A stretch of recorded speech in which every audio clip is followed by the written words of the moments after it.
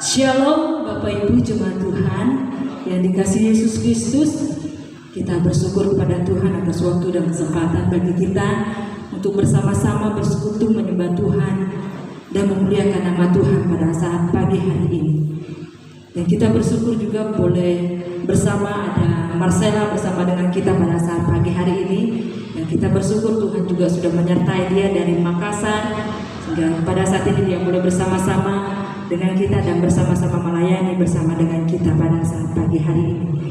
Baik Bapak Ibu Jemaat Tuhan yang dikasihi Yesus Kristus, mari kita kembali kepada kebenaran firman Tuhan yang saya rindu untuk membawa kita belajar di dalam Matius. Mari kita bersama-sama membuka di dalam kitab Matius pasal 14 ayat yang ke-22 sampai ayat yang ke-32. Mari kita membuka Alkitab kita di dalam Matius 14 ayat yang ke-22 sampai ayat yang ke-32. Jemaat Tuhan, kalau kita sudah dapat demikian kebenaran firman Tuhan bagi kita, saya baca untuk kita perikop di atas Yesus berjalan di atas air. Ayat yang ke-22, sesudah itu Yesus segera memerintahkan murid-muridnya naik ke perahu dan mendahuluinya ke seberang. Sementara itu ia menyuruh orang banyak pulang. Dan setelah orang banyak itu disuruhnya pulang, Yesus naik ke atas bukit untuk berdoa seorang diri. Ketika hari sudah malam, ia sendirian di situ. Perahu murid-muridnya sudah beberapa mil jauhnya dari pantai dan diombang-ambingkan gelombang karena angin sakar. Kira-kira jam 3 malam datanglah Yesus kepada mereka berjalan di atas air. Ketika murid-muridnya melihat dia berjalan di atas air, mereka terkejut dan berseru, "Itu hantu!" Lalu berteriak-teriak karena takut. Tetapi segera Yesus berkata kepada mereka, "Tenanglah, aku ini, jangan takut." Lalu Petrus berseru dan menjawab dia, "Tuhan, apabila Engkau itu, suruhlah aku datang kepadamu, berjalan di atas air." Kata Yesus, "Datanglah." Maka Petrus turun dari perahu dan berjalan di atas air mendapatkan Yesus. Tetapi ketika dirasakannya tiupan angin, takutlah ia dan mulai tenggelam. Lalu berteriak, "Tuhan, tolonglah aku." Segera Yesus mengulurkan tangannya, memegang dia dan berkata, "Hai orang yang kurang percaya, mengapa engkau bimbang?" Lalu mereka naik ke perahu dan angin pun redalah. Dan orang-orang yang ada di perahu menyembah dia, katanya, "Sesungguhnya Engkau Anak Allah." Jemaat Tuhan yang dikasihi Yesus Kristus, saya rindu untuk membawa kita belajar dengan satu tema, yaitu tidak ada alasan untuk bimbang. Di mana kita melihat di ayat yang ke-31 di mana Petrus merasakan tiupan angin dan dia bimbang. Dan para murid juga ketika kita melihat di dalam nas pembacaan firman Tuhan pada saat pagi hari, di mana para murid bersama-sama dengan Tuhan Yesus dan mereka menyaksikan mujizat yang Tuhan lakukan dan penyembuhan yang Tuhan lakukan. Setelah mereka meninggalkan Yesus dan Yesus tidak bersama dengan mereka, di situ kita melihat bahwa para murid bimbang dan memiliki kecemasan dan ketakutan. Memang harus disadari bahwa bimbang atau cemas tidak akan pernah lepas dari setiap atau dari hidup setiap manusia. Kebimbangan biasanya datang ketika kita merasa tidak siap atau tidak ada kepastian. Karena hal tersebut seringkali membuat kita bimbang dan takut, bahkan takut gagal. Nah, keadaan zaman hari-hari ini seringkali keraguan-raguan dalam hati kita, kebimbangan, kecemasan ada di dalam hati kita pada saat sekarang ini, di mana situasi, keadaan yang kita alami pada saat ini membuat kita bimbang, ragu, cemas akan hidup ini. Namun menjadi pertanyaan bagi kita, bolehkah kita sebagai orang percaya kepada Tuhan terus-menerus tinggal dalam kebimbangan? Ini menjadi pertanyaan bagi kita. Bolehkah kita sebagai orang percaya kepada Tuhan terus-menerus tinggal dalam kebimbangan? Tema kita hari ini, tidak ada alasan untuk bimbang. Kalau kita pelajari dengan sungguh-sungguh, bisa dalam Alkitab yang kita baca saat ini, sesungguhnya kita tidak perlu bimbang. Mengapa demikian? Sesungguhnya kita tidak perlu bimbang. Mengapa demikian? Ada beberapa alasan yang menegaskan bahwa kita tidak perlu bimbang dalam hidup ini. Yang pertama, kita melihat di ayat yang ke-23, karena Tuhan Yesus Kristus senantiasa ada dan mendoakan kita. Alasan yang pertama, karena Tuhan Yesus Kristus senantiasa ada dan mendoakan kita di ayat yang ke-23. Tuhan Yesus Kristus ada bersama kita. Tuhan Yesus menyertai kita dan Tuhan Yesus Kristus ada dalam hati kita. Matius 28 ayat 20 dikatakan terkait dengan Tuhan menyertai kita, menegaskan demikian, dan ketahuilah aku menyertai kamu senantiasa sampai kepada akhir zaman. Kalau kita melihat di dalam Matius 28 ayat 20, di situ kita melihat bahwa Tuhan akan menyertai kita sampai pada akhir zaman.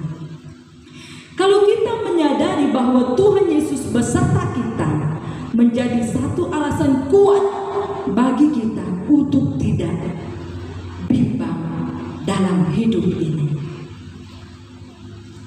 Ketika menghadapi dan mengalami pergumulan, kita tidak perlu bimbang kalau kita menyadarinya. Selain Tuhan Yesus menyertai kita, Dia juga senantiasa berdoa untuk kita. Kalau kita melihat ayat 23, pasti salah satu pokok doa Tuhan Yesus di atas bukit itu ialah berdoa bagi murid-muridnya yang sedang dalam perjalanan menuju ke seberang, di mana kita lihat di ayat 22. Bukan hanya bagi para murid saat itu saja Tuhan Yesus berdoa, tetapi bagi kita juga saat ini yang sedang berada di akhir zaman ini, sedang menuju ke surga pada saat ini. Kita juga, Tuhan Yesus juga mendoakan kita pada saat sekarang ini, di akhir zaman ini, untuk menuju kepada surga yang kekal. Tuhan Yesus juga mendoakan kita yang sudah percaya dan menerimanya sebagai Tuhan dan Juru Selamat pribadi. Jika kita sadar bahwa Tuhan Yesus senantiasa berdoa buat kita, maka seharusnya tidak ada alasan bagi kita untuk bimbang ketika masalah, pergumulan, ujian, atau penderitaan ada di jalan hidup kita.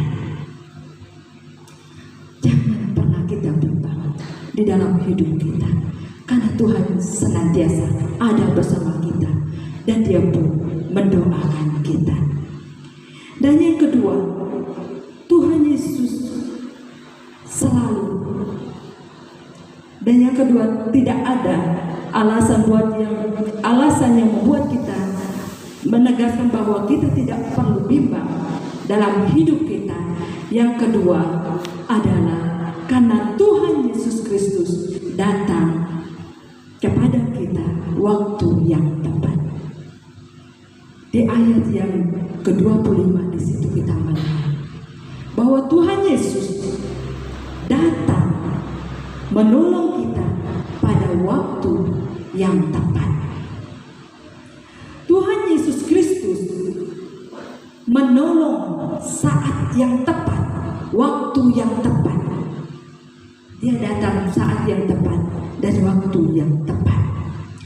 Tuhan Yesus memberi pertolongan dan juga tidak cepat dan juga tidak terlambat, namun selalu indah pada waktunya. Memang maunya kita supaya Tuhan Yesus memberi pertolongan secepat yang kita inginkan. Bisa saja Tuhan lakukan demikian terhadap kita, namun Dia tidak memilih cara itu, karena terkesan Tuhan didikte oleh kita. Kalau kita mau Tuhan minta ini, langsung Tuhan berikan, itu artinya atau terkesan Tuhan didikte oleh kita. Tuhan Yesus mengetahui waktu yang tepat untuk memberi pertolongan bagi kita. Pada saat para murid sudah mengalami kepanikan dan kebimbangan serta ketakutan yang sangat besar, Tuhan Yesus datang kepada mereka tepat pada waktunya dan pada waktu yang tepat, di mana kita melihatnya di ayat yang ke-25 itu. Pada waktu itu para murid sedang dikuasai oleh kebimbangan karena perahu mereka diombang-ambingkan oleh angin saka. Ayat yang ke-27, kehadiran Tuhan Yesus pada waktu yang tepat membuat mereka tenang. Kehadiran Tuhan Yesus itu membuat mereka tenang. Nah, jika kita sudah percaya dan menerima Yesus sebagai Tuhan dan Juru Selamat kita, maka ingatlah bahwa pertolongan Tuhan selalu tepat pada waktunya, bukan berdasarkan waktu kita. Kalau kita melihat di dalam Pengkhotbah pasal 11 dikatakan, Ia membuat segala sesuatu indah pada waktunya, bahkan Ia memberikan kekekalan dalam hati mereka. Tetapi manusia tidak dapat menyelami pekerjaan yang dilakukan Allah dari awal sampai akhir. Itu kalau kita melihat di dalam Pengkhotbah, indah pada waktunya. Jadi waktu dan pertolongan Tuhan bagi kita tidak pernah terlalu cepat dan juga tidak pernah terlambat. Pertolongan Tuhan bagi kita selalu tepat pada waktunya, dan itulah yang menjadi sukacita besar bagi kita orang yang percaya kepada Tuhan Yesus. Jemaat yang dikasihi Yesus Kristus, Tuhan menolong kita tepat pada waktunya. Yang ketiga, alasan kuat yang menegaskan bahwa kita tidak perlu bimbang dalam hidup ini. Yang ketiga, karena Tuhan Yesus sanggup melakukan keajaiban dalam hidup kita. Dimana kalau kita melihat di ayat yang ke-32 di situ, lalu mereka naik ke perahu dan air pun reda. Karena Tuhan Yesus Kristus sanggup melakukan keajaiban bagi kita. Pada saat kita bimbang, takut, dan panik dalam menghadapi badai hidup ini, sudah pasti kita tidak akan mendapatkan solusi saat kita kebimbangan, ketakutan, dan cemas. Kebimbangan, ketakutan, dan kepanikan yang kita alami tidak dapat mengubah situasi atau kondisi yang kita alami. Itu sebabnya kebimbangan, ketakutan, dan kepanikan tidak membawa kita kepada suatu kehidupan yang lebih baik. Kendati demikian, ada saja orang masih hidup dalam kebimbangan dan membiarkan dirinya dikuasai oleh kebimbangan. Kendati demikian, ada saja orang yang masih hidup dalam kebimbangan dan membiarkan dirinya dikuasai kebimbangan. Tuhan Yesus Kristus adalah Allah. Dia adalah Maha Kuasa. Dia adalah Allah. Maka Dia sanggup melakukan perkara-perkara ajaib yang melampaui akal, logika, pemikiran manusia. Itu sebabnya sebesar apapun masalah kita, sesulit bagaimanapun masalah yang kita hadapi, Tuhan Yesus Kristus sanggup mengatasinya dengan melakukan perbuatan ajaib dalam hidup kita. Kehadiran Tuhan Yesus Kristus di dalam kehidupan kita pasti mendatangkan kedamaian dan ketenangan bagi kita. Tuhan Yesus Kristus Maha Kuasa, dan Dia juga mencipta alam semesta sehingga segala kekuatan alam pun tunduk kepadanya. Di mana kita melihat pada saat para murid menghadapi gelombang diombang-ambingkan oleh angin zakat, dan Tuhan sanggup meredakan angin itu dan air itu pun tenang. Sebagai orang percaya kepada Tuhan Yesus, tidak ada alasan bagi kita untuk bimbang di dalam hidup ini, karena Tuhan sanggup melakukan atau mengatasi setiap kebimbangan kita, ketakutan kita, dan memberikan jalan keluar bagi kita. Sebagai kesimpulan untuk kita, mari kita sebagai orang percaya buang-buang jauh segala kebimbangan dalam hati kita. Ingat, kebimbangan adalah musuh iman. Karena kita tidak berani melangkah, karena kita memiliki kebimbangan. Itu adalah musuh iman. Sesungguhnya tidak ada alasan untuk bimbang. Hadapilah setiap persoalan yang terjadi dan percayalah kepada Tuhan. Maka kita pasti akan memperoleh kemenangan. Oleh karena itu, tidak ada alasan untuk kita bimbang. Karena Tuhan Yesus Kristus senantiasa ada dan mendoakan kita. Karena Tuhan Yesus Kristus menolong pada waktu yang tepat. Yang ketiga, karena Tuhan Yesus Kristus sanggup melakukan keajaiban bagi kita. Demikian kebenaran firman Tuhan untuk kita. Mari kita mengucap syukur atas kebenaran